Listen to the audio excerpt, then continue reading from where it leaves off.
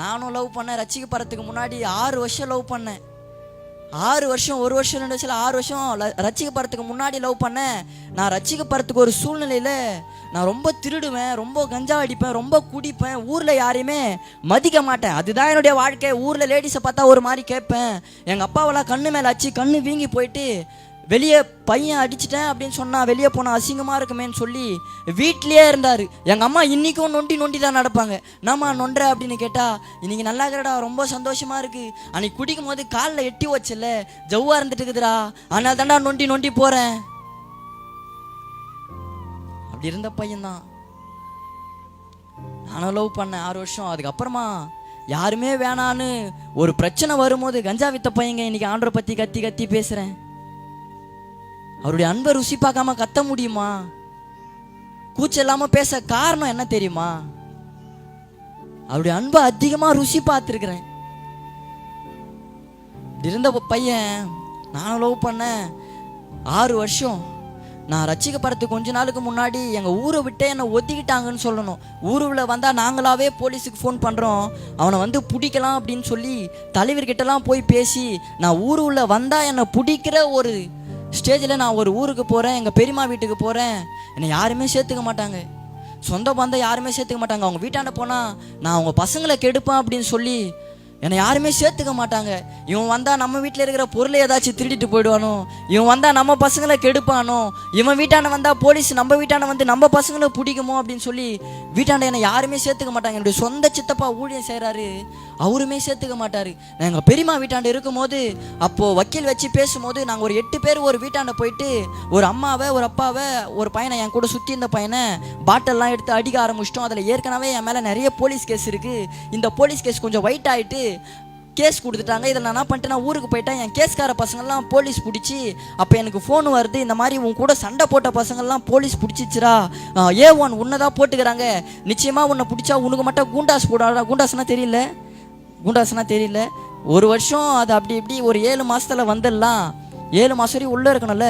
வக்கீல் வந்து என்கிட்ட சொல்கிறாரு, நீ உள்ளே போனால் ஒரு 7 மாதம் இருக்கணும், நானாக கொண்டு போய் விட்டாலும் நீ 7 மாதம் இருக்கணும், அவங்களா வந்து பிடிச்சாலும் நீ 7 மாதம் இருக்கணும், நீ நானாக கூட்டின்னு போய் விட்டேன்னா உன்னை அடிக்க மாட்டாங்கடா, நான் சொல்லி விட்டு வரவான்னு சொல்லும் போது நான் சொல்கிறேன், அப்போ போதை நான் சொல்கிறது தான், நான் எடுக்கிறது தான் முடிவு, நான் பிடிக்கும் போது பிடிச்சிக்கிட்டேனா அவங்க எப்படி பிடிக்கிறாங்க பார்க்குறேன் அப்படின்னு சொல்லி நானும் போலீஸ் வர முதல்ல ஓடுறேன். வக்கீல் நான் பண்ணிட்டாருனா நம்ம கூப்பிட்டு இந்த பையன் வரமாட்டானே அப்படின்னு சொல்லி ஸ்டேஷனில் போய் சொல்லிட்டாரு, இந்த மாதிரி தருண் அந்த ஊரில் தான் இருக்கிறான், நீங்கள் போனால் அவனை பிடிக்கலான்னு சொல்லும் போது நானும் எங்கள் அம்மாவை பைக்கில் போயிட்டுருக்குறோம்.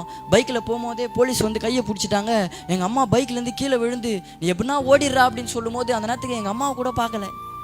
அம்மா விழுந்துட்டாங்களே, சரி அம்மாவுக்காகவாச்சு மாட்டிப்போம், ஈவு இறக்குமே இல்லாமல் அம்மாவை கூட பார்க்காம ஓடுறேன். எங்கள் அம்மா ஃபோன் பண்ணி அழுகுது, அவங்க கிட்ட மாட்டிக்காதடா, நிச்சயமாக அவங்க என்ன பண்ணுவாங்கன்னா கையில் நான் காலை ஓடிப்பாங்க. என்கிட்ட சொல்கிறாங்க நீ எப்படின்னா ஓடிடுன்னு சொல்லும் போது நான் அந்த இடத்துல நிற்கல. சரி அதான் அம்மா பேசுகிறாங்களே அப்படின்னு சொல்லி ஓடிட்டேன். இந்த மாதிரி ஒரு 2 டைம் ஓடும் போது 3ஆவது தடவை எங்கள் பெரியம்மாவே சொல்கிறாங்க, நானும் பசங்களை வச்சுருக்கிறேன்டா, அடிக்கடிக்கு வீட்டான வந்து போலீஸ் வந்து போகுது, உன்னை பிடிக்க வந்து நீ இல்லைன்னு சொல்லி எங்கள் பசங்களை பிடிக்க போகுதுடா, அதுவும் இல்லாமல் அடிக்கடிக்கு வீட்டான போலீஸ் வந்தா எங்களை இந்த ஊர் ஜனெல்லாம் ஒரு மாதிரி பேசுமாடா, நீ எங்கேயாச்சும் போயிடு அப்படின்னு சொல்லும் போது அந்த நேரத்துக்கு எங்கே போகிறதுனே தெரியல.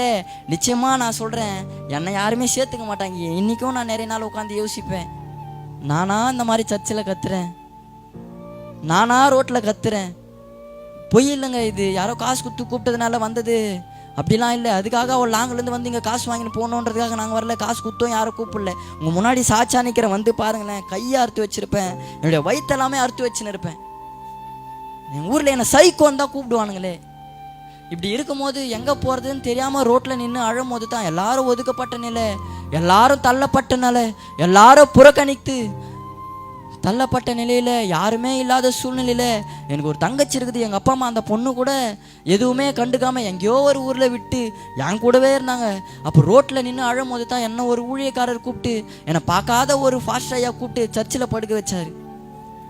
எதுக்காக தெரியுமா அதை சொன்னேன், என்னடா லவ் பண்ணுறேன்னு சொல்லிட்டு இதெல்லாம் சொல்லின்னு வரையே அப்படின்னு சொல்கிறீங்களா அப்படின்னு ஒரு சிலருக்கு கேள்வி இருக்கும். நான் அதை உணர்கிறேன், ஏன்னா அது மேலே நம்ம கொஞ்சம் ஆர்வமாக இருப்போம்ல. எதுக்காக தெரியுமா அதை சொன்னேன், யாருமே இல்லாத நிலையில் அன்றைக்கி என் கையில் ஃபோனும் இல்லை, அந்த பொண்ணுக்கும் எனக்கும் பேசக்கூடாத ஒரு சூழ்நிலை. அந்த பொண்ணை எனக்கு தரவே மாட்டாங்க. நீ செத்தா கூட செத்துரு. அந்த பொண்ணு 3 தடவை சூசைடில் அட்டன் பண்ணிச்சு, செத்தாலும் சாவு. ஆனால் அவனுக்கெல்லாம் உன்னை கட்டி வைக்க மாட்டேன் அப்படின்னு சொல்லிட்டாங்க. ஏன்னா அப்படிலாம் இருந்த பையன். ஆனால் இப்படி இருக்கும்போது அந்த பொண்ணை என் கூட பேச விடலை, நானுமே அந்த பொண்ணு கூட பேசலை. இப்படிப்பட்ட சூழ்நிலையில் யாருமே எனக்கு இல்லையேப்பா, ஆனாப்பா இந்த நேரத்துக்கு யாருமே வந்து என்கிட்ட பேச மாட்டாங்களா? இது ஒரு முடிவே இல்லையா? இல்லை நம்மளை போலீஸ் தான் பிடிக்குமா? இல்லை நம்ம ஊரை சுற்றி சண்டை போட்டிருக்கிறோம், அங்கே போனால் நிச்சயமாக என்னை பசங்க கொலை பண்ணுவானுங்க. அந்த மாதிரி தான் நான். கஞ்சா விற்கிற பசங்கன்னா ஆப்போசிட்டு நிச்சயமாக எப்படி இருக்கும்னு தெரியும். நிறைய டைம் கத்தி எடுத்துன்னு என்னை வெட்ட வரும் போதெல்லாம் ஓடி இருக்கிறேன். இந்த லாஸ்ட்டாக ஒரு சண்டை போட்டு நான் ஊருக்கு போனேன்னு சொன்னேன்ல, அது வந்து என்னை கொலை பண்ண வரும்போது அந்த இடத்துல ஓடி என்னையே கொலை பண்ண வந்துட்டானுங்களே. நம்ம போய் அவங்க வீட்டாண்ட போய் ஏறி அவங்கள யாராச்சும் கொலை பண்ணிட்டோம்னா பயந்துருவாங்க, வாடா அப்படின்னு சொல்லி நாங்கள் போன இந்த டீமு தான் சண்டை போட்டு லாஸ்ட்டாக வந்தேன்.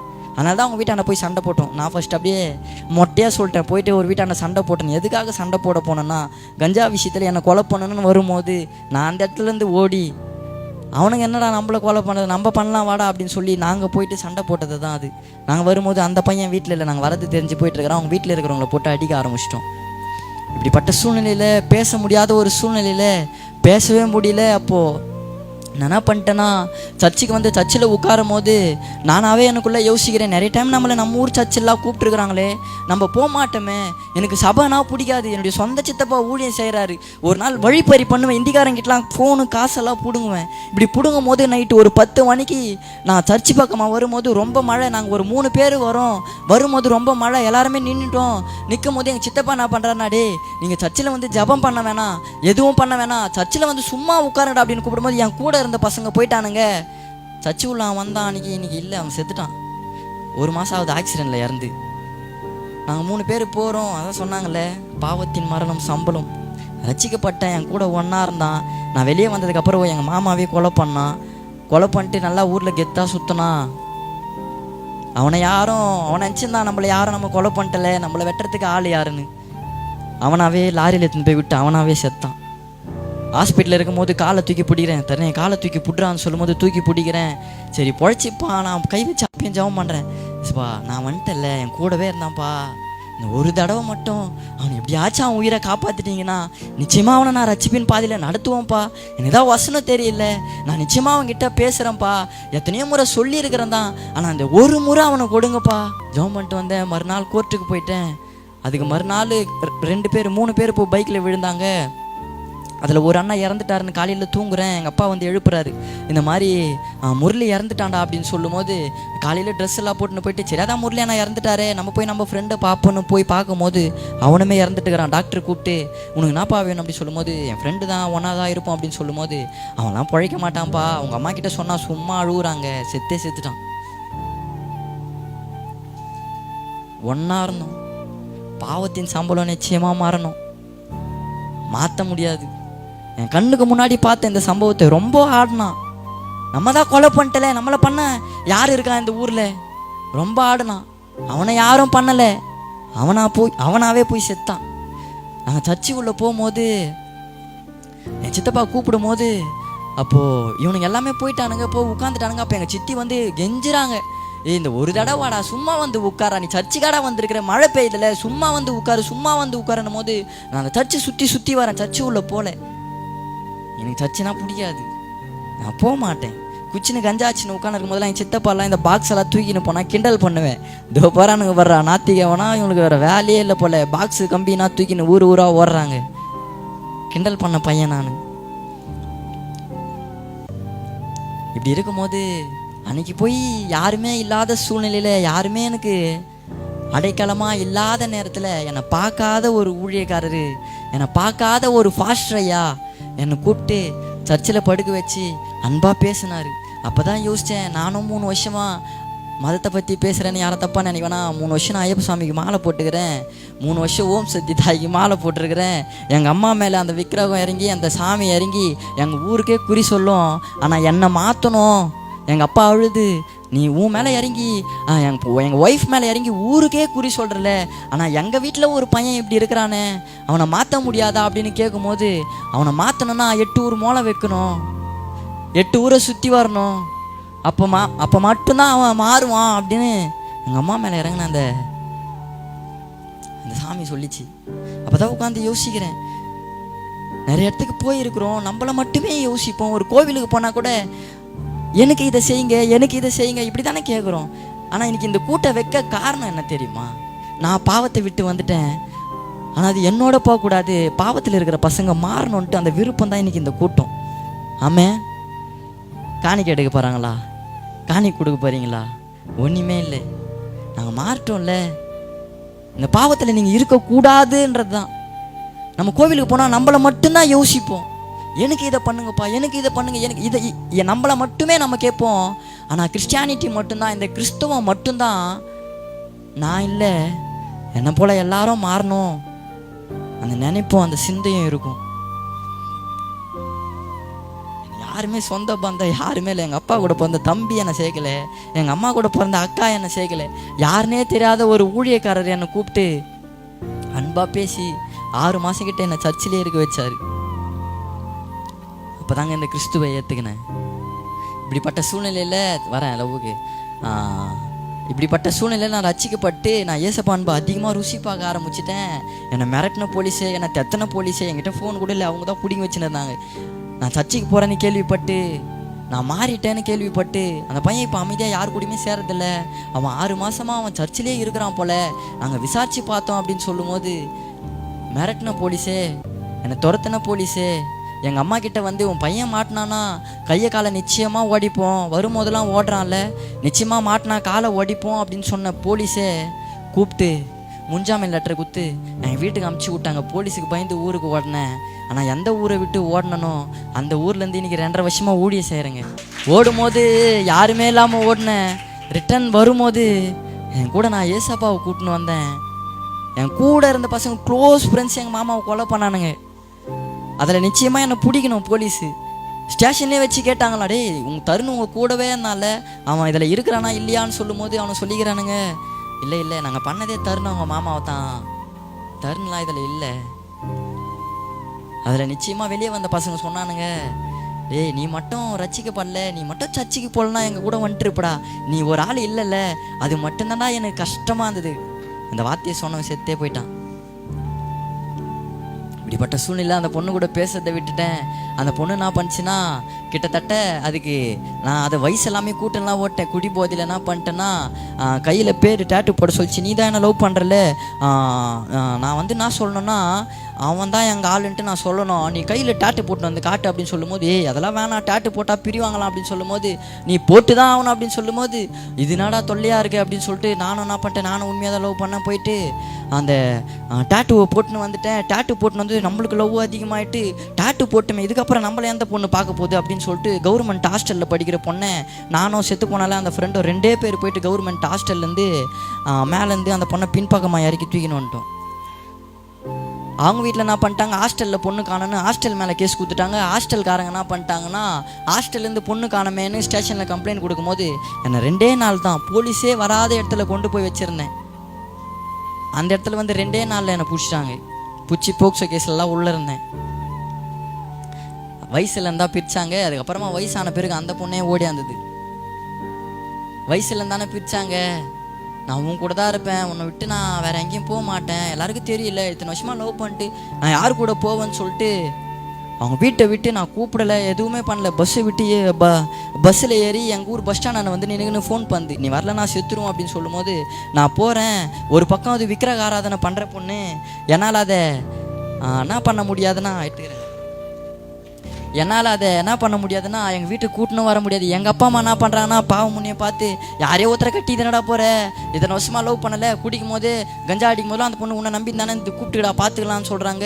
என் கூட வீடியோ பிடிச்சினுக்கிற தம்பியும் சொல்கிறான், நோ உனக்கு நானா மனசே இல்லையாண்ணா, அந்த அக்கா வந்து அப்படி அழுகுறாங்க, நீ நானா இந்த மாதிரி பண்ணுற. போவே இல்லை. இப்போ அந்த பொண்ணை ஏமாத்திட்டேன் தானே, என் பக்கம் பார்த்தா நான் நீதிமான் மாதிரி. நான் என்ன பண்ணிட்டேன், நான் ரசிக்கப்பட்டேன். நான் அவ்வளோ ஏசப்பாக்குள்ளே இருக்கிறேன், நான் ஊழிய செய்கிறேன், நீ எனக்கு செட் ஆக மாட்டேன்னு நான் சொன்னாலும், நான் என்னை நீதிமானாக ஆக்குனாலும், நான் அந்த பொண்ணை ஏமாத்தின கணக்கு தான். அது ஏமாந்து போன ஒரு சூழ்நிலை தான். நான் அனுப்பிவிட்ட மறுநாள் அந்த பொண்ணுக்கு அவருடைய தாய் மாமாவை கல்யாணம் பண்ணி வச்சாங்க. மூளை வளர்ச்சி கம்மி, பைத்தியம் அந்த ஆள். இந்த பொண்ணுக்கு 18 வயசு, அவருக்கு 32 வயசு. கல்யாணம் பண்ணி வச்சாங்க. அந்த பொண்ணு ஏமாந்து போன சூழ்நிலை தானே. ஒருத்தரை நம்பி போனா என் வாழ்க்கைக்கு நானாவே உன்னை தேர்ந்தெடுப்பேன்னா இப்படிப்பட்ட சூழ்நிலை வரும். சிம்சோனுக்கு வந்தது சாகத்தக்கதா. யாருக்கிட்ட போய் அழுவுது தெரியல. என் சொந்த பந்தமே சபிக்கிறாங்க. ஊழியம் சேரல, நிச்சயமா பாரு நீ ஆண்டவர்கிட்ட பதில் சொல்லுவேன், அந்த பொண்ணை நீ இந்த மாதிரி பண்ணிட்டல. யாருக்கிட்ட போய் சொல்ல தெரியல. எங்கள் அம்மா கிட்ட எழுப்பி கேட்குறேம்மா, நானாம்மா தப்பு பண்ணிட்டேன், நானாம்மா ஏமாத்திட்டேன் அப்படின்னு கேட்கும்போது, நீ என்னடா பண்ண, அவங்க வீட்டில் தரல, அதுக்கு நம்ம என்னடா பண்ண முடியும், விட்றா அப்படின்னு சொல்லும்போது என் கூட இருக்கிற பசங்களே ஒரு மாதிரி பேச ஆரம்பிச்சானுங்க. யார்கிட்ட போனால் அதுலேருந்து நான் வெளியே வருவேன்னு தெரிய முடியாமல் சர்ச்சு சாவி வாங்கி சர்ச்சில் போய் விழுந்து கிடந்து அழுதேன். நான் உனக்கு மனசே இல்லைன்னு சொன்னாலே தம்பி, அவன் வந்து நான் அழுறத பார்த்துட்டு, நான் உன்னா அது போனா போட்டோம், இதுக்கப்புறம் நீ அழாத அனுப்பிவிட்டேன். அதுக்கப்புறமா அந்த பொண்ணு என் பக்கம் வரல. எதுக்கு தெரியுமா சொல்கிறேன், எல்லாத்தையும் அவர் மாற்றுவார். யார்கிட்ட சொல்கிறதுன்னு தெரியல, அவர்கிட்ட போய் சொல்லிட்டு அழுதேன், மாற்றினார் எல்லாத்தையும். சிம்சோன் அவராகவே போய் சூஸ் பண்ணார். செத்துலாம் போல, எதுக்கு இந்த வாழ்க்கை, எதுக்கு இந்த வாழ்க்கை, இப்படிப்பட்ட ஒரு நிலை வரும். உன் முன்னாடி நிற்கிற சரியான சைக்கோங்க. நான் பிச்சைக்காரங்க ரோட்டில் நாங்கள் வழிப்பறிக்கு போகும்போதெல்லாம் அந்த நேரத்துக்கு காசு இல்லைன்னா ரோட்டில் பிச்சை எடுப்பாங்களே, அந்த பிச்சை எடுத்துன்னு உட்காந்து இருந்தால் அவங்கக்கிட்ட ஆச்சு காசு பிடுங்குவோம். ரோட்டு ஓரத்தில் இந்த கோவில் ஓரத்துலாம் பொட்டி கடை இருந்தேன்னா அதெல்லாம் கல்லை தாச்சு வச்சு அதில் இருக்கிறதெல்லாம் திருடுவோம். வெட்டிலாம் ஃபோனை பிடிங்கிருக்கிறேன். அப்படிப்பட்ட என்ன தான் அவர் மாற்றினார். எதுக்காக தெரியுமா சொல்கிறேன், அதெல்லாம் விட்டு தூரம் வந்து நான் ஒருத்தருடைய அன்பை ருசி பார்த்து உங்ககிட்ட பேசுகிறேன். நீங்களாவே உங்கள் வாழ்க்கைக்கு ஒன்றை சூஸ் பண்ணுவீங்கன்னா நிச்சயமாக அது ஒரு நாள் இப்படிப்பட்ட ஒரு சூழ்நிலையில் நிச்சயமாக வந்து முடியும். ஏன்டா இப்படிப்பட்ட ஒரு வாழ்க்கை வாழ்ந்துட்டோம், நம்ம செத்துடலாம் போலையே, வரும், நிச்சயமாக வரும். அதில் எந்த மாற்றமும் இல்லை. ஒன்றுமே இல்லாததான் உங்கள் வாழ்க்கை. நீங்கள் அழணும், நீங்கள் சாகணுன்றதுக்காகவே பிசாசு எதையாச்சும் ஒன்று எடுத்துன்னு வந்து காட்டுவான். ஆதியாகமம் 3:1 படிங்களேன், 3:4 படிங்களேன். ஆண்டவர் எல்லாத்தையும் படிச்சுட்டாரு, நீ எது வேணா பண்ணுடா, நீ இதை மட்டும் பண்ணாத அப்படின்னு சொல்லும் போது, ஆனால் அவன் எதை கொண்டு வரானா, அவர் எது வேணான்னு சொன்னாரோ அதை எடுத்துன்னு வந்து காட்டுறான். ஆதியாகமம் 3:4 படிங்களேன். அவர் என்ன சொன்னார்னா, ஆண்டவரே இதை மட்டும் சாப்பிட்றாத, உனக்கு நான் எல்லாமே கொடுத்துட்டேன், நீ கேட்காததெல்லாம் உனக்கு நான் கொடுக்குறேன், நீ என்ன பண்ணாதனா இதை மட்டும் சாப்பிடாத, இதை மட்டும் பண்ணாத, இவனை மட்டும் பார்க்காத அப்படின்னு சொல்லும் போது பிசாசு அங்கதான் கொண்டு வரான். ஏய் நீ இதை சாப்பிடு, நீ என்ன பண்ண மாட்ட, நீ சாவ மாட்ட. பிசாசு இப்படி தான் கொண்டு வருவான். ஏய் இவனை பாரு, அவன் எவ்வளோ அழகாக பைபிள் படிக்கிற பையன் தெரியுமா, நீ அவனை பார்த்தியானா நிச்சயமாக உன் வாழ்க்கை மாறும். நீ இந்த பொண்ணை பாரு, இதை பார்த்தியானா நிச்சயமாக உன் வாழ்க்கை மாறிடும், உன் எதிர்காலம் அப்படி ஆகும், உன் எதிர்காலம் இப்படி ஆகும்னு கண்ணுக்கு முன்னாடி எடுத்துன்னு வந்து பிசாசு வைப்பான் கண்ணியை. ஆண்டவர் எல்லாத்தையும் சொல்லிட்டு இந்த பிசாசு என்ன பண்ணுறான்னா அதை எடுத்துன்னு வந்து காட்டுறான். நீ இதை பாரு. இவங்க கொஞ்ச நாள் யோசிச்சாங்களாம் பாருங்களேன். ஒன்றுமே இல்லாமல் மண்ணார்ந்த எண்ணெய், 4 பேர் மதிக்க கூடாத எண்ணெய், நடந்து போனால் மெதிக்கிற எண்ணெய் அவர் உருவாக்கி ஒரு தோட்டத்தை உண்டாக்கி, நான் கேட்காததெல்லாம் எனக்கு எல்லாத்தையும் படிச்சு சொல்லிட்டாரு. வெளிச்சம் நல்லது என்று கண்டு இது நல்லது அது நல்லதுன்னு எல்லாத்தையும் படிச்சுட்டு சொல்லிட்டாரு. மனுஷன் தனியாக இருப்பது நல்லதல்ல, அவருக்கு தெரியுது. அப்போ அவருக்கு தெரியும். எல்லாத்தையும் படிச்சு நீங்கள் ஆதியாகமம் 8 படிச்சு பாருங்களேன். நல்லது நல்லது நல்லது நல்லதுன்னு வரும், ஆனால் ஒரு இடத்துல மட்டும்தான் நல்லதல்ல அப்படின்னு பார்த்தாராம். மனுஷனை உண்டாக்கினது, மனுஷன் தனிமையாக இருப்பது நல்லதல்ல. அப்போ நம்ம தனிமையாக இருப்பதோ அதை அவர் விரும்பவே இல்லை. அவராகவே என்ன பண்ணுறாருன்னா உருவாக்கி எத்தனை வந்து 2 பேரையும் ஒன்றா சேர்த்து வைக்கிறாரு. அப்படி வச்சோம் என்ன பண்ணுறாங்கன்னா கொஞ்சம் கூட யோசிக்காமல் பிசாசு எதையோ ஒன்று காட்டினான்றதுக்காக தன்னை படைச்ச அந்த தெய்வத்தை, தன்னை ரட்சிப்பின் பாதையில் நடத்தின அந்த தெய்வத்தை மறந்து அந்த கனியை பார்க்குறாங்க. இன்றைக்கி நம்ம மற்றவங்கள பார்க்க காரணம் என்ன தெரியுமா, நம்மளை ரட்சித்த அந்த தெய்வத்தை நம்ம பார்க்குறதில்ல. எத்தனை பேர் தெரியுமா, ஏன் என் ஃப்ரெண்டு செத்தால, அவன் கூட நானும் செத்து இருந்தா என்ன, நானும் செத்து இருக்கலாமே, ஆனால் என்னை வச்சிருக்கார்ல, நம்மளை வச்சுன்னு இருக்கார்ல, நம்ம அதை யோசிக்கிறோமா?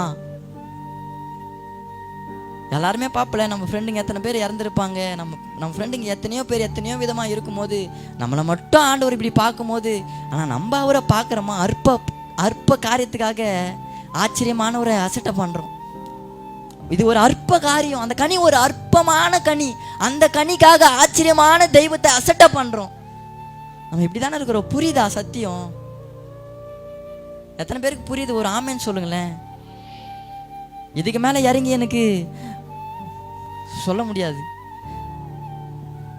என்னால் எந்த அளவு இறங்கி உங்களுக்கு பிரசங்கிக்க முடியுமோ அந்த அளவு பிரசங்கிக்கிறேன். லவ்ன்ற வார்த்தைலாம் நான் சர்ச்சில் யூஸ் பண்ண மாட்டேன். ஆனால் இதை சொன்னால் உங்களுக்கு புரியுன்றதுக்காக இதையும் சொல்லி புரிய வைக்கிறேன். நான் தேவையில்லாத ஒரு காரியத்தை சூஸ் பண்ணுவோன்னா ஒரு நாள் அழ வைக்கும். இந்த ஏசா அந்த சேஷ்ட புத்திர பாகத்தை அது ஆண்டவராக கொடுக்குற ஒன்று. அந்த சேஷ்ட புத்திர பாகத்தை அவர் அசட்டை பண்ணாராம். அசட்டை பண்ணதுனால முடிவு நான் தெரியுமா? ஒரு நாள் வந்தது அழுவுறாரு. நான்ப்பா வேற ஆசீர்வாதம் எதுவுமே இல்லையா? நான் இன்னைக்கு தெரியாம அதெல்லாம் நான் அசட்டை பண்ணிட்டேன்பா. அந்த சேஷ்ட புத்திர பாகத்தை நான் தெரியாம அசட்டை பண்ணிட்டேன். வேற எதுவுமே இல்லையாப்பா, வேற எந்த ஆசீர்வாதமும் இல்லையா? நான் இப்படியே தான் இருக்கணுமா? சேஷ்ட புத்திர பாகத்தை அசட்டை பண்ண, அவனுடைய காலத்தை அசட்டை பண்ண ஏசாவின் முடிவு என்ன தெரியுமா? ஏசாவின் வம்சத்தில் தான் ஏசாக்கு இன்னொரு பேர் இருக்கு, ஏதோம். ஆதியாகமம் 36:1 நினைக்கிறேன், அதில் இருக்கும். ஏசாக்கு இன்னொரு பேர் ஏதோம். அந்த ஏதோம் வம்சத்தில் வந்தவங்க தான் இந்த யோரோதியர்கள். காலகாலமாக இந்த கிறிஸ்தவத்துக்கு எதிரியாகவே மாறிட்டாங்க. காரணம் என்ன தெரியுமா? அந்த சேஷ்ட புத்திர பாகத்தை அசட்டை பண்ணான். அசட்டை பண்ணுவீங்கன்னா ஒரு நாள் நிச்சயமாக வரும், நான் அழக்கூடிய ஒரு சூழ்நிலை வரும். அப்போ யாரும் எனக்கு என் பக்கத்தில் தன்னுடைய சொந்த அப்பா ஈசாக்கே இருந்தாலும் என்னை ப்ளஸ் பண்ண முடியாது, என்னை ஆசீர்வதிக்க முடியாது, என்னுடைய அழுகையை நிறுத்த முடியாது. நான் என்னுடைய வாலிப வயசில் நான் எதை அதிகமாக நினைக்கணும்? ஆண்டவர் எதை சொன்னார்? பிரசங்கி 12:1 படிங்களேன். பிரசங்கி 12:1 தானே, எடுக்கலாம் அந்த வசனத்தை. பிரசங்கி 12:1. ஆமாம், உன் வாலிப பிரயாசத்தில் நீ யாரை நினைக்கணும்னா உன்னுடைய சிருஷ்டிகரை நினைய. அந்த சிருஷ்டிகரை நினச்சி பாரு. ஒரு நாளும் கைவிட மாட்டார், ஒரு நாளும் தள்ளி விட்டுற மாட்டார். ஒரு நாளும் நம்ம அதிகமாக நேசிக்கிறவங்க ஒரு சூழ்நிலை வரும்போது அவங்க விட்டு போகும்போது நம்மளை என்ன தெரியுமா பண்ணுவாங்க? நான் நிறைய லவ் பண்ணிக்கிறேன், அந்த பொண்ணு ஆர்வம் லவ் பண்ணால் நான் சைட்லலாம் நிறைய வண்டி ஓடுன்னு இருந்தது. நம்ம நல்லா பேசின்னு இருக்கும்போது நம்ம அவங்க விட்டு தூரம் வரும்போது நம்ம சொல்லக்கூடிய ஒரு காரணம் என்ன தெரியுமா? நம்ம மேலே அவங்க அன்பாகவே இருந்தாலும் அவங்கள ஏதாச்சும் ப்ளைம் பண்ணுறதா பார்ப்போம், ஏதாச்சும் பழி சொல்லணும். நீ இதை பண்ணலை, அதனால எனக்கு பிடிக்கல. ஒரு காலம் வரும்போது நம்மளை இப்படி தான், நம்ம நல்லாவே பேசினாலும் நம்ம நல்லாவே பழகிருந்தாலும் நம்மளை விட்டு தூரம் போகும்போது நம்மளை ப்ளைம் பண்ணிட்டு தான் போவாங்க. அனுபவப்பட்டவங்க நிச்சயமாக இருப்பீங்க. இதெல்லாம் அனுபவப்படாத ஆள் யாரும் இருக்க முடியாது. நம்மளை விட்டு ஒரு அன்பு தூரம் போகுது அப்படின்னும் போது சும்மா போக மாட்டாங்க, ஏதாச்சும் பழி சொல்லிட்டு தான் போவாங்க. என்னுடைய வாலிப பிரயாசத்தில் யாரை நம்பியும் போய் விழுந்துடக்கூடாது. பிசாசு இப்படி தான் வைப்பான் கண்ணி. ரட்சிக்கப்பட்டவனுக்கு அனுதினமும் கண்ணி. இந்த கண்ணியை தாண்டி தான் போகணும். ஏதோ ஒரு நாள் ஏதோ பார்த்துட்டு இந்த கண்ணியை வச்சுட்டு போகிறது அப்படிலாம் பண்ண மாட்டான். ஒவ்வொரு நாளும் வைப்பான் கண்ணியை. அந்த கண்ணியை தாண்டி தான் போகணும். நான் இந்த அளவு பேசியிருக்க மாட்டேன் நிச்சயமாகவே. அக்காவுக்கு நான் எதை சொல்லி அவங்கள நன்றி சொல்கிறதுன்னு தெரியல. உண்மையாகவே அவங்க அதெல்லாம் பண்ணி காட்டும் போது நான் பின்னாடி உட்காந்து அழுதுன்னு இருந்தேன். என்னால் அதை தாங்கவே முடியல. நான் இந்த அளவு பேச காரணம் ஒரு வேளை அதை அவங்க பண்ணி காட்டலாம். நிச்சயமாக நான் இதை பேசியிருக்க மாட்டேன்றதை விட என்னை கொண்டு ஆவியானவர் இதை பேசியிருக்க மாட்டாருன்றது தான் உண்மை. அந்த இடத்துல தான் என்னை ஒப்பு கொடுத்தேன். எதை பேசணுன்னு நீங்கள் சித்தமாக இருக்கிறீங்களோ அதை பேசுங்கப்பா. நானாவே உன்னை கொண்டு வந்து எனக்கு வசனம் தெரியுன்றதுக்காக நானாவா உன்னை கொண்டு வந்து நான் பேசிடக்கூடாது. இவங்க கிட்ட நீங்கள் எதை பேசுனா இவங்க மனசில் ஒரு மாற்றம் உண்டாகுமோ நீங்கள் அதை பேசுங்கப்பா. நான் எதை தெரியுமா? மார்த்தாள் மரியாள் இருக்கிறாங்க. இயேசு அவங்க வீட்டுக்கு போவார். லூக்கா 10வது அதிகாரத்தில் 42வது வசனம் படிங்களேன். மரியாள் தன்னிடத்தில் எடுபடாத நல்ல பங்கை தெரிந்து கொண்டாள். அவளாவே ஒன்றை தெரிந்து கொண்டாள். எதை தெரியுமா தெரிந்து கொண்டாள்? அவருடைய பாதத்தை. 41 படிச்சிங்கன்னா மார்த்தாளை பார்த்துட்டு சொல்லுவார், மார்த்தாளே நீ அநேக காரியங்களை குறித்து கவலைப்படுற. சந்தோஷமா இருக்க வேண்டிய வயசுல நீ தனிமையில உட்காந்து இப்படி கவலைப்படுறியம்மா. சந்தோஷமா இருக்க வேண்டியது தானே என்னுடைய சித்தமே. அதுக்காக தானே நான் மனுஷனை உண்டாக்கினேன், அதுக்காக தானே நான் உன்னை ரட்சித்தேன். ஆனா சந்தோஷமா இருக்க வேண்டிய இந்த வயசுல நீ கவலைப்படுறிய. அதுக்கு காரணம் என்ன தெரியுமா? மரியாள் தன்னிடத்தில் எடுபடாத நல்ல பங்கை தெரிந்து கொண்டால், அதை இப்படி சொல்றேன், மரியாள் என்னை தெரிந்து கொண்டால், ஆனா நீ அப்படி இல்லை, உங்களுக்கு செய்யறேன்ட்டு நீ என்ன மறந்துடுற. மார்த்தாள் என்ன பண்றாங்கன்னா, அவங்க என்ன பண்றாங்கன்னா, சாப்பாடு யாருக்கு செய்யறாங்கன்னா இயேசுவுக்கு தான் செய்யறாங்க. ஆனா அவரை மறந்து செய்யறாங்க. அவரு தானே இன்னைக்கு நம்ம வேலையெல்லாம் முடிச்சுட்டு நாளைக்கு நம்ம வீட்டுக்கு வந்தால் அன்னைக்கு போய் உட்காந்துக்கலாம். நம்ம அப்படி தானே இருக்கிறோம். நம்ம வேலையெல்லாம் முடிப்போம். ஒரு குறிப்பிட்ட ஒரு நாள் நம்மளாவே பாவம் செய்யறதுக்கு காலம் கேட்குற நம்மளா போல ஒரு துரோகி இருக்கவே முடியாது. பாவத்தை செய்யறதுக்கு காலம் கேட்போம். அன்றே இந்த ஒரு 2 மாதம் மட்டும் நான் பாவம் செஞ்சுட்டு அதுக்கப்புறமா உங்ககிட்ட வந்துடுறேன்ப்பா. பாவத்தை செய்யறதுக்கு காலத்தை கேட்குற துரோகி நம்பலாம். இந்த மார்த்தாள் அம்மா அதை பண்ணது அதை தான் குறிக்குது. ஆண்டவர் தானே இன்னைக்கு நல்லா அவருக்கு செஞ்சு போட்டு நம்ம வேலையெல்லாம் செஞ்சுட்டு நாளைக்கு நம்ம வீட்டுக்கு வந்தப்போ உட்காந்துக்கலாம். ஆனால் மரியாள் அதை பண்ணலை. தன்னிடத்தில் எடுபடாத நல்ல பங்கை தெரிந்து கொண்டா. சரியான ஒன்றை அவள் சூஸ் பண்ணா வாழ்க்கையில். இன்னைக்கு நம்ம எதை சூஸ் பண்ணுறோம்? எல்லாரும் எதை சூஸ் பண்ணி வச்சிருக்கிறோம். அப்படி வச்சிருப்போனா இன்னைக்கு எல்லார் உள்ளத்துலேயும் ஒரு மாற்றம் உண்டாகட்டும். நிச்சயமாக நான் இயேசு கிறிஸ்து நாமத்தில் நான் விசுவாசிக்கிறேன். நிச்சயமாக இந்த சத்தியம் யார்கிட்ட பேசினாருன்னு தெரியல, ஆனால் நிச்சயமாக யார்கிட்டயோ பேசுகிறாரு. இதுதான் உண்மை. நான் பேசினா நிச்சயமாக எனக்கு ஃபீல் ஆகும். இது யார்கிட்டயோ இந்த வார்த்தை போகுதுன்றது எனக்கு ஃபீல் ஆகும். நிச்சயமாக பேசுகிறாரு. அப்படி எல்லார்கிட்டையும் அவர் பேசுவார்னா எனக்கு ரொம்ப சந்தோஷம். நம்ம எதை சூஸ் பண்ணி வச்சிருக்கிறோம் நம்மளுடைய வாழ்க்கையில்? வேணாமா, விட்டுடலாமா? ஒருவேளை நீங்கள் சூஸ் பண்ணி வச்சுருப்பீங்க, நீங்கள் தெரிந்து கொண்டு வச்சுருப்பீங்க. அதுக்காகலாம் நான் இதை பேசலை. நான் எதுக்காக தெரியுமா இதை பேசுகிறேன்? ஆவியானவர் எதுக்காக தெரியுமா இதை பேசுகிறாரு? இனிமே உன் கண்ணுக்கு முன்னாடி இப்படிப்பட்ட கண்ணி வரும்னா அந்த கண்ணிக்கு நீ தப்பணுன்றதுக்காக இன்னைக்கு உங்ககிட்ட அந்த ஆவியானவர் பேசி கொண்டிருக்கிறார். ஒரு ஆமேன் சொல்லாமா? என் கண்ணுக்கு முன்னாடி இதுக்கப்புறம் ஒரு கண்ணி வரும்னா அந்த கண்ணியில் நான் மாட்டக்கூடாதுன்றதுக்காக இன்னைக்கு பேசுகிறாரு. இதுக்கு மேலே நாங்கள் உதாரணம் வேணும்.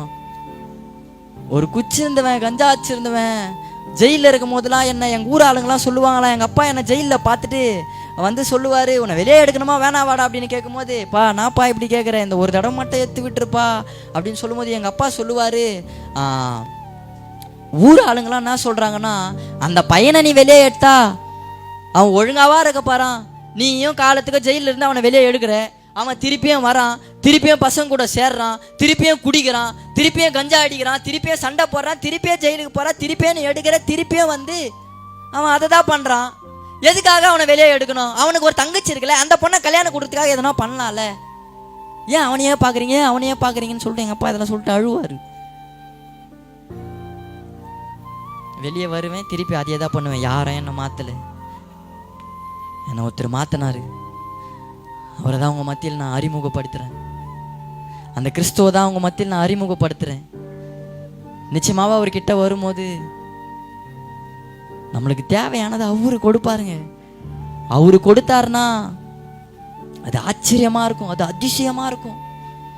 நானாவே போகிறது நிச்சயமாக அது என்னுடைய வாழ்க்கையில் அது சந்தோஷத்தை தராது, நான் சந்தோஷமாக இருக்கவும் மாட்டேன். ஆனால் அவர் என் வாழ்க்கையில் ஒன்று கொடுப்பாருன்னா அவர் எனக்கானது அவர் ரெடியாக வச்சிருக்காரு. நம்ம என்ன பண்ணுறோம்னா நம்மளாவே தேடுறோம். பேதுரு என்ன பண்ணுறாருன்னா, ஆண்டவர் தான் அவர் என்ன பண்ணிட்டாருன்னா அவரை சிலுவையில் அரைஞ்சிட்டாங்கல்ல. நான் என்ன பண்ணுறேன், இனிமேல் நான் பழைய தொழிலுக்கு போகிறேன்னு போய் மீன் பிடிக்க எங்கே போகிறாருன்னா கடலுக்கு போகிறாரு. ஆனால் பேதுருக்கு தேவையானது அவர் எங்கே வச்சிருக்காருன்னா கரையில் வச்சிருக்கிறாரு. பேதுருவே, நீ என்ன தெரியுமா நினைக்கிற, மீன் கடலில் இருக்கும், கடலில் போயிட்டு நீ வலையை போட்டால் மீன் மாட்டோன்றத நீ நினைக்கிற. இந்த இடத்துல போனால் இது மாட்டோம் அப்படின்ட்டு நீயாவே வாழ்க்கைக்கு நீயாவே தேர்ந்தெடுக்கலான்னு போய் கடலில் தேடுற. ஆனால் கடலில் இல்லைப்பா, நான் உனக்கானதை வச்சிருக்கிறது கரையில் இருக்குதுப்பா. கரையில் தான் நான் இருக்கிறேன், நீ என்கிட்ட வா, நான் உனக்கானதை தரேன். தந்தாரா இல்லையா? பேதுருவா பிடிச்சிருந்தாருன்னா வலையை போட்டு அவரா முக்கி எதுக்கு எடுத்துன்னு வந்திருப்பாருன்னா கரைக்கு எடுத்துன்னு வந்திருப்பாரு. ஆனால் ஆண்டவர் என்ன பண்ணுறாருன்னா, பேதுரு வரும்போதே அதை அழகாக சுட்டு, பேதுரு நீ கூட கை வைக்காத, நீ தெரியாமல் கையை வச்சுட்டுனா உன் கையை சுட்டுரும், நான் உனக்கு எடுத்து தரேன்னு அதை எடுத்து தருவார். யோவான் 21 இருக்கும். அவரா எடுத்து தருவார் நம்மளுக்கு, அவர் எடுத்து தருவார். நம்ம வாழ்க்கையை அவருக்காக அர்ப்பணிப்போமா? அப்படி வாழ்க்கை அவருக்காக அர்ப்பணிப்போமா? தேவையில்லாதெல்லாம் இனிமே நானாவே இதுதான் எனக்கு நானா பார்க்க மாட்டேன்ப்பா. நான் உங்களை பார்க்குறேன். எனக்கு தேவையானது அது உங்ககிட்ட இருந்து வரும்பா. காலையில் மேலே எங்கள் அம்மா கஞ்சா கவரில் வச்சுன்னு ஓன்னு அழுவோம். நாடா கவர் இது, எங்கள் அம்மாவுக்கு தெரியும் அது கஞ்சா கவர்னு. காலையில் வச்சுன்னு அழுவோம். பொய் சாட்சிக்காரன் ஆக்கினிக்கு தப்பான். ஆணுடைய வசனத்தை சொல்லும் போது பொய் சொல்லுவோன்னு நீங்கள் நினச்சிங்கன்னா அது உங்களோட போட்டோம். காலையில் கஞ்சா கவர் வச்சுன்னு எங்கள் அம்மா அழுவாங்க. நைட்டு வந்து நான் போதையில் அப்படியே படுத்துருவேன். காலையில் அந்த கவர்லாம் வச்சு எங்கள் அம்மா அழுவாங்க. என்னடா கவர் இது, ஏன்டா இது அம்மா எத்தனை போய் அதை எங்கன்னா சொல்ல முடியுமா? பையன் வேறு ஏதாச்சும் தப்பு பண்ணால் பக்கத்து வீட்டில் போய் சொல்லலாம். இவன் வந்து இந்த தப்பு பண்ணுறான், கொஞ்சம் பேசுங்களேன். என் சித்தப்பா ஊழியர்கள்லாம் அவர்கிட்ட சொல்லலாம், நம்ம பையன் இந்த மாதிரி பண்ணுறான், கொஞ்சம் பேசு அப்படின்னு பேச வைக்கலாம். ஆனால் கஞ்சான்னும் போது அது யாருக்கிட்டையும் சொல்ல முடியாது. எங்கள் அம்மா போயிட்டு யாருக்கிட்டனா சொல்லி அவங்க என்னை பிடிச்சி கொடுத்துட்டா எங்கள் அம்மாவுக்கு அந்த பையன் யாருக்கிட்டையுமே சொல்லாமல் அந்த கஞ்சா கவரை வச்சுன்னு அழுவாங்க. விட்டுருப்பா, இதெல்லாம் வேணாப்பா, நமக்கு யாருப்பா இருக்கா, இதெல்லாம் வேணாம். எத்தனை முறை தெரியுமா சொல்லி அழுதுருக்குறாங்க. என்னால் அதை விட முடியாது.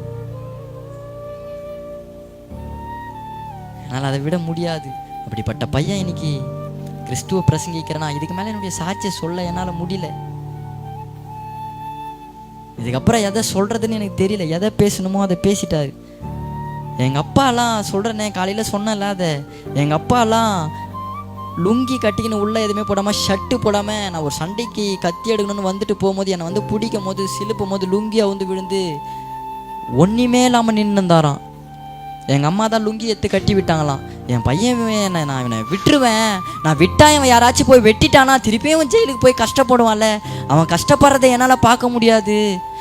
நான் எல்லாரும் பார்க்கட்டும், ஆனால் என் பையன் எங்கேயும் போகக்கூடாது. எங்கள் அம்மா பேர் ராணி, நீ லுங்கி எடுத்து கட்டுன்னு சொல்லும்போது எங்கள் அம்மா அந்த லுங்கி எடுத்து கட்டியிருக்கிறாங்க. ஒரு 5 நிமிஷம் அதிகமான கூட பரவாயில்ல, ஒரு 2 சாட்சி மட்டும் அப்படியே சொல்லிடுறேன், அப்படியே உட்காந்து பொறுமையுடன் கேட்குமாறு உங்களை அன்புடன் கேட்டுக்கொள்கிறேன். எங்கள் அம்மா இது எப்போ இதை சொன்னாங்கன்னா, நான் ரட்சிக்கப்பட்டதுக்கு அப்புறமா தான் இது சொன்னாங்களே. இந்த மாதிரி ஒரு நாள் நீ இந்த மாதிரி வரும்போது கத்தி எடுத்துட்டு ஓடும்போது அப்பா உன்னை பிடிச்சாடுறா, அப்பா பிடிக்கும் போது நீ என்ன பண்ணனா உடம்பு சிலுக்கும் போது லுங்கியை வந்து விழுந்துச்சுரா, எல்லாருமே பார்த்து சிரிச்சாங்கடா. ரொம்ப பாவிங்க நான். ஏன் தெரியுமா, அவரு கஷ்டம்.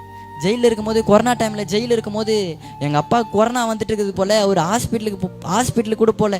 ஹாஸ்பிட்டலுக்கு போயிட்டு எங்கள் அப்பா தான் என்னை வெளியே எடுக்கணும், எங்கள் அம்மாவுக்கு ஒன்றும் தெரியாது. எங்கள் அப்பா தான் எல்லாமே கொஞ்சம் தெளிவாக இருந்து பார்ப்பாரு. அப்படி இருக்கும்போது அவர் கொரோனா வந்துச்சு அப்படின்னு சொல்லிட்டு அவர் உள்ளே போயிட்டா என்னை வெளியே எடுக்க முடியாதுன்றதுக்காகவே எங்கள் அப்பா அந்த கொரோனாலையும் ஹாஸ்பிட்டலுக்கு போகாமல் வீட்டிலே இருந்திருக்கிறாரு. என்னை வெளியே கொண்டு வரத்துக்கு ஜெயிலில் உள்ள வரும்போது என்னை உள்ளே இருந்த வார்டன்லாம் சூப்பர்நெட்டர்லாம் என்ன சொல்கிறாங்கன்னா, இவனை காலையில் அனுப்புகிறேன்னு சொல்லும்போது எங்கள் அப்பா அப்பயே காசு கொடுக்குறாரு. காசு கொடுத்து கூட அதான் நான் பெயில் ஆயிடுச்சுல, காசு கொடுத்து கூட நான் நைட்டோடு கூட்டின்னு போயிடுறேன், என் பையன் ஜெயிலில் இருக்க வேணான்னு சொல்லி காசு கொடுத்து கூட்டினாரு. வீட்டுக்கு வரும்போது இரும்பினே வராரு. அப்போ வீட்டான வந்து சொல்கிறாரு, கொரோனா டைமு நிச்சயமாக எனக்கு கொரோனா தான்டா, ஆனால் நான் ஹாஸ்பிட்டலுக்கு கூட போய் செக் பண்ணல. ஏன் தெரியுமா, நான் ஹாஸ்பிட்டல் போயிட்டேன்னா உன்னை யாரா ரிட்டன் கூப்பிட்டுன்னு வருவா, அதுக்காகவே போலடா. இப்படிலாம் சொல்லியும் நான் என்னை மாற்றிக்கல. உங்களுக்காக ஜெபிக்கிறேன். இன்னும் டைம் ஆகும் நிறைய வரும். அதனால் நான் இதோட உங்களுக்காக ஜெபிக்க விருப்பப்படுறேன். அப்படியே இருக்கிற இடத்துல எல்லாம் கண்ணை மூட்டுறீங்களா? அன்று என் வாழ்க்கையில் நான் யாரை நம்பியும் எதை நம்பியும் போய் என்னுடைய வாழ்க்கையை கொடுக்க மாட்டேன்ப்பா. நானாவே ஒன்று நான் சூஸ் பண்ணுற மாட்டேன்ப்பா. எல்லாரும் இந்த சத்தியம் நிச்சயமாக உங்ககிட்ட பேசியிருக்குன்னா தாராளமாக கண்ணை மூடலாம். அது கிறிஸ்டியன்ஸாக இருக்கலாம் அல்லது யாராக வேணால் இருக்கலாம். எல்லாருக்குமே சத்தியம் ஒன்று தான். நானாவே போய் மாட்டுவேன்னா அது ஒரு நாள் எதில் போய் முடியும்னா, ஒரு நாள் ஆபத்தில் போய் முடியும். எல்லாரும் கண்ணை மூடலாமா? உண்மையாகவே அவர் உங்கள் வாழ்க்கையில் வேணும்னு விருப்பப்படுறீங்களா? அன்றே நீங்கள் எனக்கு போதும்ப்பா, எந்த மனுஷனும் வேணாம்ப்பா, எத்தனையோ முறை நம்பி நான் ஏமாந்து போயிருக்கேன், இனிமேல் என்னுடைய வாழ்க்கையில் நான் யாரை நம்பி ஏமாந்து போகக்கூடாது. நான் என்ன பண்ணுறேன்னா, என்னுடைய வாழ்க்கையை நான் உங்ககிட்ட தரேன்ப்பா. எனக்கானதை என்ன பண்ணுங்கன்னா நீங்கள் சூஸ் பண்ணி கொடுங்களேன். நீங்கள் சூஸ் பண்ணி கொடுத்தா நிச்சயமாக எப்படி கொடுப்பீங்கன்னா, பேதுருக்கு கொடுத்த போல் நீங்களாவே எடுத்து கொடுப்பீங்கப்பா. பேதுருவாவே கை விட்டு இருந்தா கை நிச்சயமாக சுட்டு இருக்கும். அதனால் அந்த சூடை ஆண்டவர் ஏற்றுக்கின்னு அப்படியே எடுத்து பேதுரு கிட்ட கொடுக்காரு. இந்தா நீயா எடுத்து நான் சுட்டுறோம், அது வேணாம், அந்த காயத்தை நான் வாங்கிக்கிறேன், நீ சாப்பிட்டு பேதுருவே அப்படின்னு சொல்லி கொடுக்குறாரு. பேதுரு எதுக்கு போனார்னா சாப்பிடலாம் போல, மீன் பிடிக்கதா போனார், ஒருவேளை விற்க வேணா போயிருக்கலாம். ஆனால் ஆண்டவர் என்ன பண்ணுறாருன்னா பேதுருக்கு சாப்பிட்றதுக்கே கொடுக்குறாரு. அப்படியே எல்லாரும் கண்ணை மூடி நீங்களாவே ஒப்பு கொடுக்குறீங்களா? நீங்க போதும்பா,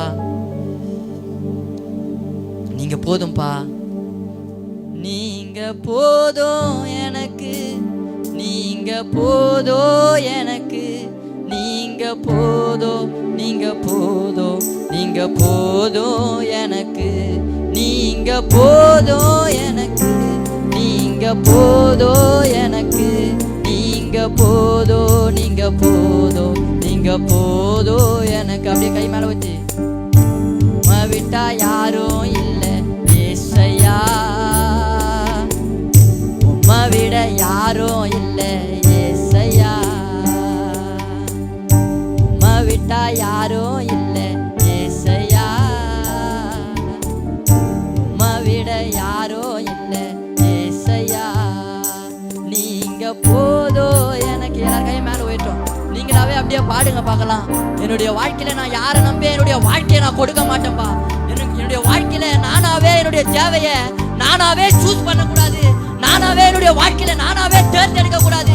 என்னுடைய வாழ்க்கைக்கு தேவையானதை நீங்க கொண்டு வந்து கொடுங்கப்பா. நீங்க கொடுத்தீங்கன்னா நிச்சயமா நிச்சயமா நிச்சயமா நான் காலத்துக்கும் சந்தோஷமா இருக்கத்தக்கதாக நிச்சயமா கொடுப்பீங்கப்பா. இதை உணர்வங்க அப்படியே பாடுங்க பார்க்கலாம். என் வாழ்க்கையில யாரும் வேணாப்பா, நீங்க போதும்பா, நீங்க போதும்பா, நீங்க போதும்பா, நீங்க போதும் எனக்கு, நீங்க போதும் எனக்கு, நீங்க போதும், நீங்க போதும், நீங்க போதும் எனக்கு, நீங்க போதும் எனக்கு, நீங்க போதும் எனக்கு, நீங்க போதும், நீங்க போதும், நீங்க போதும் எனக்கு, நீங்க போதும் எனக்கு. உண்மையா சொல்லுங்க பார்க்கலாம். எந்த மனுஷனுடைய அன்பை வேணாம்ப்பா, அன்றே நீங்க போதுமா. இந்த கூட்டம் எதுக்கு தெரியுமா? உங்க மனசுல ஒரு மாற்றம் உண்டாகட்டும். எந்த மனுஷனும் வேணாம் உங்களுக்கு. உங்க மனசுல அந்த இயேசு வரட்டும். உங்க வாழ்க்கையில நீங்க பாடும் போதே வராரு பாரு. ஆவியானவர் கிரியை செய்யறாரு, ஆவியானவர் இறங்கி இருக்கிறாரு. உண்மையா கேட்கறவங்க கிட்ட வர விருப்பப்படுறாரு. விருப்பம் இல்லாம வர மாட்டாரு. இதோ நின்று கதவை தட்டுகிறேன். கட்டாயமா வர மாட்டாரு ஆண்டவர். ஆண்டவர் பலம் வந்தெல்லாம் பண்ண மாட்டாரு. நீ என்னை ஏத்துக்கணும் அப்படிலாம் என் ஆண்டவர் சொல்ல மாட்டாரு. ஒருவன் என் சத்தத்தை கேட்டு அவனுடைய இதய கதவை திறந்தால் அவனிடத்தில் நான் வாசம் செய்வேன். உண்மையா கேட்குறீங்களா? உங்களுக்காக நான் ஜெபிக்கிறேன். உண்மையா கேட்குறீங்களா? உண்மையா கேட்குறீங்களா? எல்லா உயிரை கொடுப்போம்னு சொல்லுவாங்கம்மா. அந்த மாதிரி நான் நிறைய பேர்கிட்ட சொல்லிக்கிறேன். ஆனால் நிறைய பேர் உயிரை தான் எடுத்துட்டு வந்திருக்கிறேன். ஆனால் உண்மையாகவே உங்களுக்காகவும் எனக்காகவும் அவர் உயிரையே கொடுத்தாரு.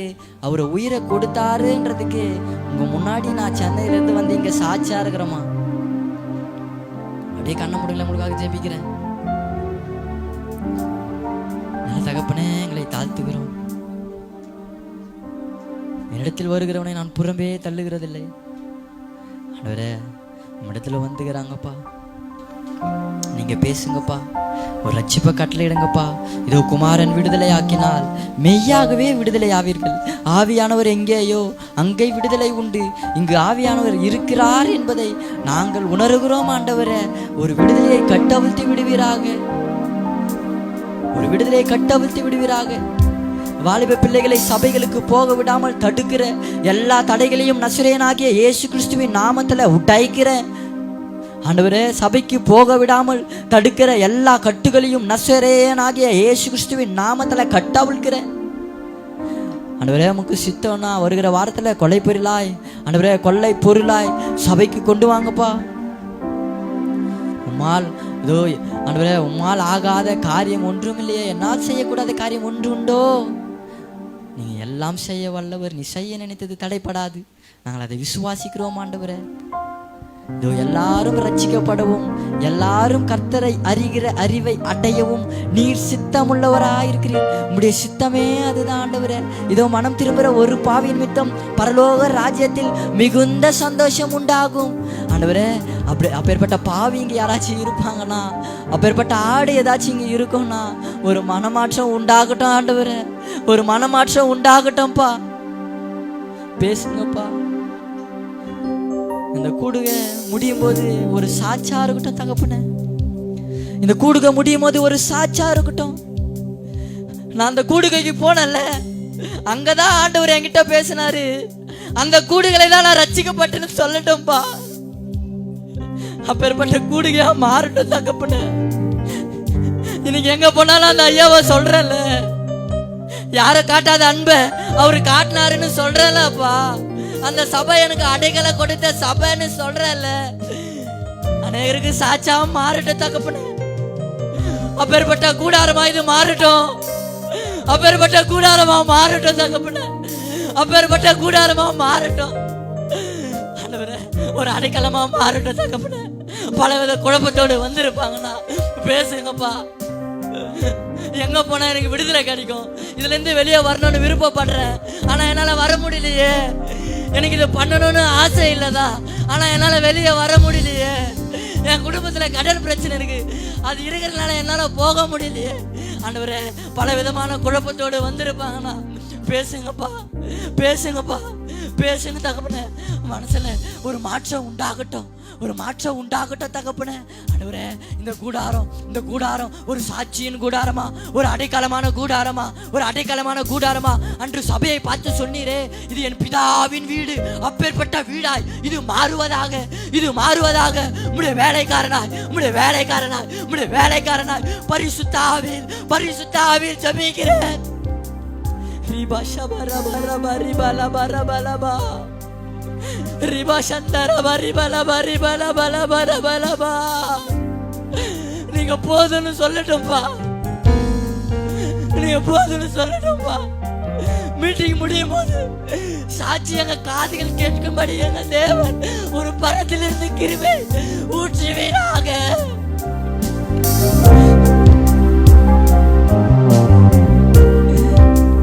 எல்லா துதிகான மகிமை எங்களை படைத்த, எங்களை ரட்சித்த உன்னதமான தெய்வத்துக்கே செலுத்துகிறோம். இயேசுவின் மூலம் பிதாவே.